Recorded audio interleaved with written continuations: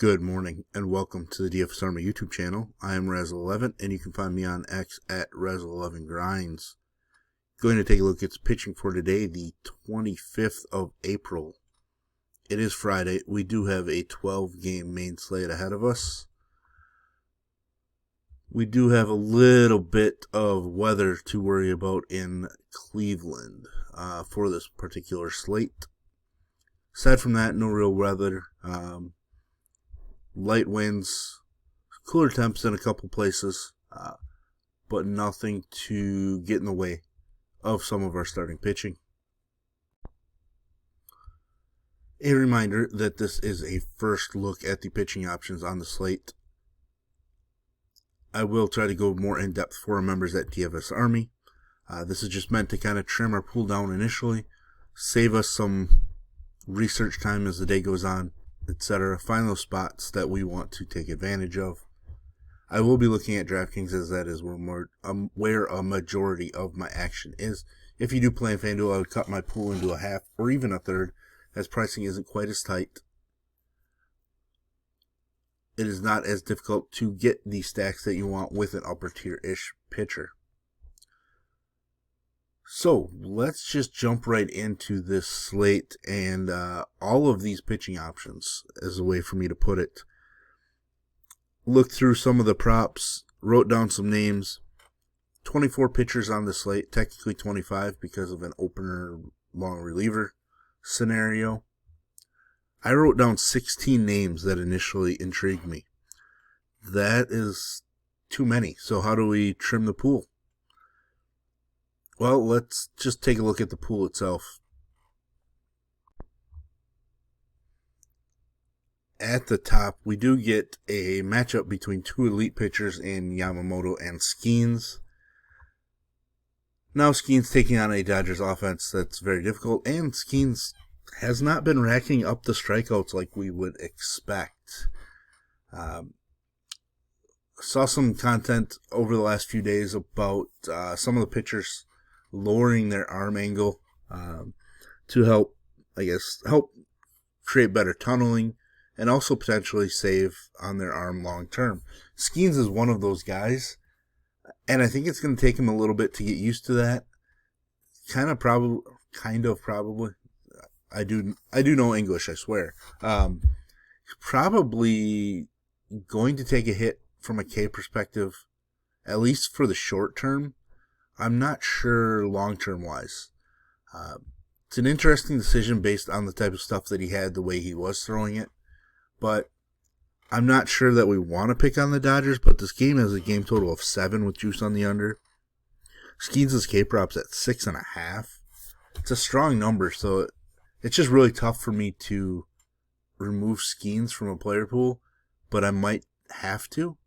I believe he is a Southern California guy, so there might be some extra motivation in this start, but still, it's the Dodgers. Do we really need to pick on them with a super expensive pitcher? I'm not so sure. Yamamoto, 9+ strikeouts in 3 out of his last 4 starts. He's allowed just 3 earned runs through 5 starts. 2 of those just came on solo home runs. So he's been phenomenal. Back-to-back 34+ fantasy point performances. K-prop of 7.5 with juice on the under, which is the second best K-prop behind Logan Gilbert on this slate. He is plus 145 to earn the W, which is around 4th or 5th on this slate. I think that just has to do with the fact that Skins is on the other side. The Dodgers are minus 218 favorites. He does have an outs prop of 18.5 with juice on the under, which is tied for second highest on the slate. I think it's kind of a no-brainer. I mean, we were using Tyler Anderson against this pit squad last night, and Yamamoto is definitely not Tyler Anderson. Logan Gilbert, probably the most popular pitcher on this particular slate. Strongest K-prop at 8.5 with juice on the under. Minus 130 to earn the W. Tied with Yamamoto and Severino for second at an outs prop of 18.5. And Seattle is minus 278 favorites, which is the highest on the slate. K numbers have been strong. Pitching in this ballpark, we always love. 32 Ks at home so far this season. Shockingly, has given up 3 home runs, but I'm just not overly worried about this Miami squad. I guess the only thing to look into is what it's like to run on somebody like Gilbert, but I just don't expect Miami to see enough base runners to make that a thing.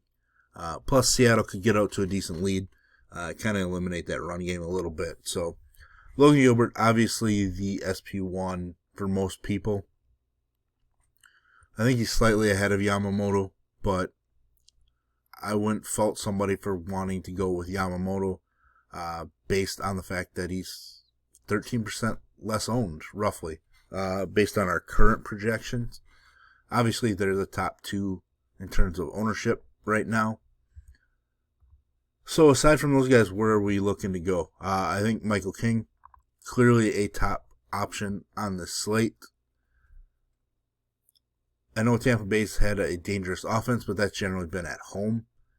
King has had a couple of super strong starts, a couple of real bad ones, and then a decent one. Super strong in 2 out of his 3 home starts. So I just think there's a ton of upside with Michael King. His K-prop sitting at 6.5. He's a minus 142 favorite. Game total of just 7, which is the second lowest on the slate. And he's plus 135 to earn the W, which are better odds than Yamamoto, and they're tied with Evalde. Better than guys like Pablo Lopez, better than Chris Sale, etc. So I think Michael King definitely has to be in our pool this evening. Evalde, certainly going to be in the pool. Obviously, pitching in San Francisco, something that I'm going to always jump aboard. That Evalde-Verlander matchup is very interesting. Game total of 7.5 with juice on the under. Evalde's plus 135 to earn the W, but San Francisco is a slight favorite at minus 115. Evalde has a K-prop of 5.5 with juice on the under. It's kind of in the middle of the pack on this particular slate. Verlander's is just 4.5 with juice on the over. I think Verlander is going to be in play as well. He looked pretty solid in his last start. But, I mean, aside from that, he hadn't been great. He did strike out 9 against Cincinnati in a home start, which was solid enough, I guess, if he could have eliminated some of these runs. But he's kind of hit a wall in these starts a little bit. He can flash that he's, Verlander. I think last start he was up to 96, 97 miles an hour, so, the stuff is still there. But he's such a fly ball guy now. His K numbers aren't as strong. But with that said, I still think this is a decent enough matchup for him. Texas offense without Corey Seager just doesn't scare me as much as it should at this point. Chris Sale and Zach Gallen, such an interesting matchup. 2 guys that have started out the season kind of roughly. Sale's strikeouts have been there the last 2 starts. 15 Ks in 8 2/3 innings. Walks have jumped up. A home run ball in every game but the first start of the season. The thing that stood out to me looking at this one is the fact that Chris Sale and the Braves are minus 135 favorites on the road here. Sale's plus 150 to earn the W, which is not far behind Evalde and Michael King. And it's ahead of somebody like Pablo Lopez, who's home against the Angels. Those numbers kind of stand out to me. His outs prop 17.5 with juice on the over. This is a guy that has not gone out of the 5th inning yet. And his outs prop is pointing at a 6-inning performance. So something that we kind of have to take note here. And I kind of want to be on him because I think people are just going to be off of him until he shows us something. Projecting at an 8% ownership number. The way that this Diamondbacks offense has been performing, I kind of like a left-handed pitcher against them just because they've been relying so hard on Corbin Carroll, Pavin Smith, and Josh Naylor. Gurriel hasn't done much. Suarez is striking out a ton. Gabriel Moreno is not doing a whole lot. I think there's a route for Chris Sale to be a guy that we need tonight, so I want to be on him. On the other side, Zach Gallen. I'm not sure what to do. Obviously, this Atlanta squad has struggled a little bit at the plate, but Gallen has struggled a little bit since that huge performance against the Yankees. He's actually been rough in 2 out of his 3 home starts, which is something that we almost wanted to lock him in the last couple of years when pitching at home. Do I think that he straightens out? I do. So I should consider him similar to Chris Sale. He's facing plenty of batters. Pitch count isn't an issue. Walks have been an issue the last few starts. And actually 4 of the 5 starts, multiple walks. Definitely an issue. Some of the top part of the Braves lineup has started to heat up. Olsen, Riley. So it is kind of tougher to get there. I think I'm going to end up having Gallen on the outside looking into my pool. But it's very interesting because the fact that I can get Zach Gallen and his upside at 7,800, that is super interesting for me in my builds this evening. I initially wrote down, kind of jumping ahead a little bit here, but 2 names I initially wrote down that I'm probably not going to talk much about are Lugo and Wisniewski. Wisniewski has really surprised me with some of his K upside, but we know Kansas City doesn't strike out a ton. Lugo doesn't strike out a ton of guys generally anyways. One of his big things last year was just going deep into games, quality starts, not allowing a ton of base runners, etc. I just think on this particular slate, they're 2 guys that I'm just not going to be utilizing, but they were part of my initial 16 that I wrote down. Talked about Michael King. On the other side, Shane Baz, somebody that intrigues me, has shown huge K upside, but then he's shown some walk issues.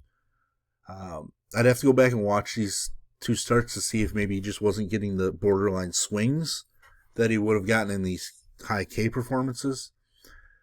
The one thing that stands out to me is San Diego struck out 21 times in the last 2 games against Detroit. One was against Flaherty, who's a strong pitcher, obviously. The other was against Reese Olson, who's not a strong K guy. I think the bottom half of that San Diego lineup opens up to some strikeouts and some easier innings. So I'm interested in Baz. He's plus 225 to earn the W, which is pretty weak. 5.5 on the K prop, which is mediocre. But this game has a total of 7. So I do have to consider him. Right now, he's kind of ahead of Gallen, but he might not make the pool, but I'm very interested. The matchup in Coors, Andrew Abbott coming off of an elite K performance. I want to know how he's thrown, or if he's thrown in Coors. I'm still waiting on his win odds and that sort of thing. The game total is just 9.5 with juice on the under. And I say just because that's a Coors total. His K prop's at 5.5. And Freeland's K prop at 3.5 with juice on the over. I kind of like his spot against Cincinnati and how they can strike out, especially against left-handed pitching. But will I end up there? I'm not really sure if we're going to need to go there on this slate. Pablo Lopez, another name I wanted to talk about and bring up, that he probably makes my pool, but he's borderline. Not because of the matchup. It's because he threw 4 2/3 in his rehab start. I'm just not sure what to expect out of him from a length standpoint. And on this slate, we have so many pitchers that we want to get exposure to. Do we cap some of our upside by going with Pablo Lopez? I'm not sure. His K prop's at 6.5 with juice on the under, which puts him right behind Skins on this slate, Skins and King. So those numbers make me think he might be in play, but his outs prop is at 15.5 with juice on the under. Like, I just don't know if I love the upside. I think I would much rather, be willing to play Luis Severino against this White Sox squad. We don't really need to talk much about Severino facing this team. Plus 105 to earn the W. The Athletics are minus 140 or minus 245 favorites, so the second largest favorites on the slate. Just play Severino against this White Sox squad. There we have it. There is a look at the pitchers that are making my initial pool. If you enjoy what I bring to you, please hit the like button, hit the subscribe button, turn the notification bell on, get the alert anytime we drop videos here at TFS Army. If you want to join us, get access to our coaches, tools, sheets, Discord, etc., I will put links in the description below. You can use promo code RAZ, that's R-A-Z, for 10% off monthly. And as always, best of luck, everybody.